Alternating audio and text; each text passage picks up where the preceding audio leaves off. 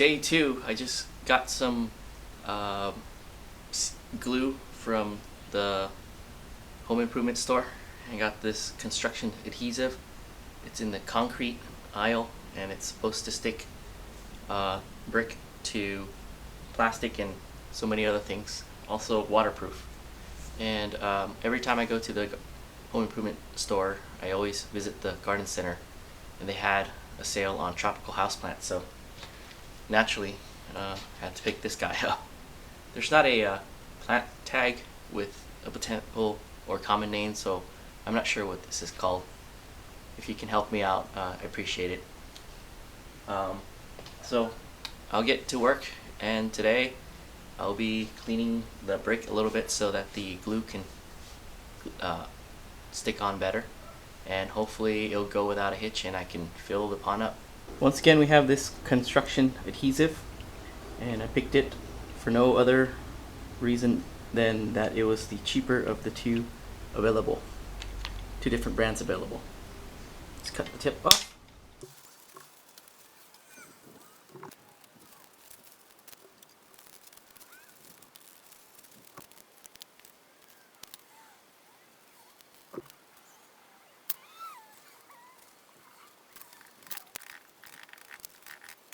And I've run out of clamps, so I'm using the pebbles as weight to hold the liner against the pond. Alright, I hope this works. It takes about 2 hours for this to set, and I'll check on it then. Okay, so here's where we're at right now. Just waiting for the sides of the pond liner to be glued to the brick wall and cured. And I was gonna glue this to the back here, but what I think I'm gonna do is I'm gonna leave that alone for now and come back later, and we'll see if I ever get around to doing this. Well, I pretty much have to, because I want to make it look nice. I'll come back and get this board tacked on there, and either tuck this liner under or cut it off so I can have this board as my background. So I probably won't show you that until a different video.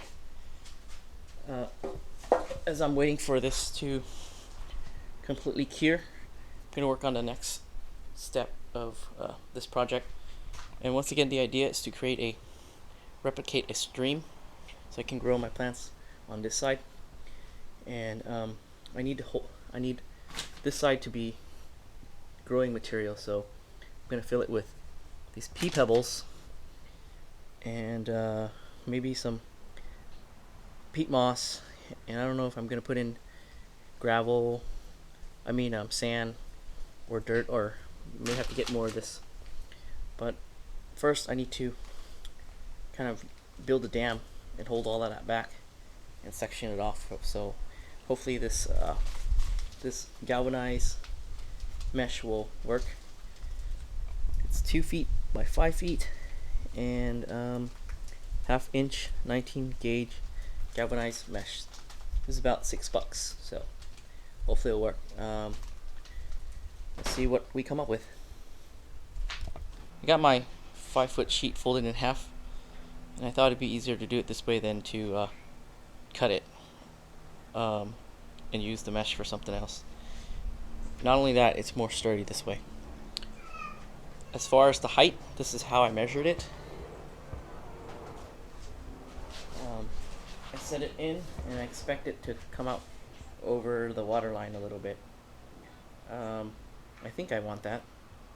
That way when the water comes, this will at least trap some of the pebbles and stuff. I think I want this.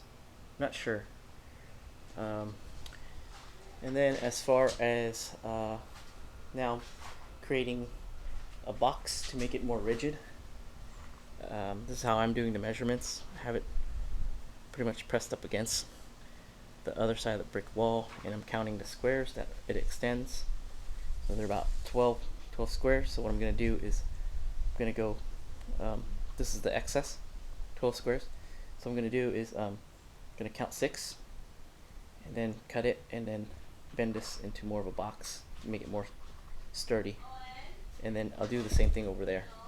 So then we have a little tiny box.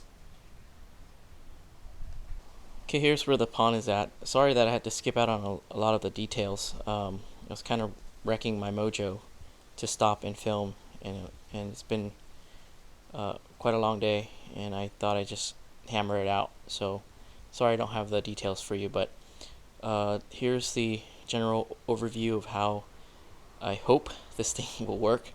And once again, I'm just diving in and doing it, and hopefully get lucky and it'll work out how I've sort of planned. So here on this side is where I have a pond, and I guess if you look at it from this angle, what I'm trying to mimic is basically the edge of a pond or a stream. And so I have the water here, and with this basket I have a lot of the river pebbles, and my hope is that this will, on this side, will end up being a filter, and it will catch all the dirty sediment, all the sediment that's in the water, catch it and hold it in this area for the plants to grow. So that's the design and hope, and we'll see how it really works. I've got river rock in here, and I have peat moss, and I think I'll add some sand. I have some play sand, and I think I'll add it into here, and I may add some more clay just to have another element in here. And back there is the water, so it will circulate this way.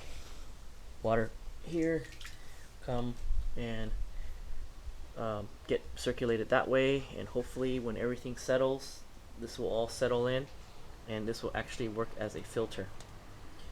So this is part 2. I've got quite a bit of work to do as far as cleaning this place up and making it look a little bit more aesthetically pleasing. I don't know when I'll get around to making a part 3, so please sit tight. I definitely want to get this done as soon as possible, but we'll see what I can get done. Alright, thanks for watching part 2, and wish me luck. I hope this all works out. Otherwise, we're just gonna have to put all the dirt back and have no pond.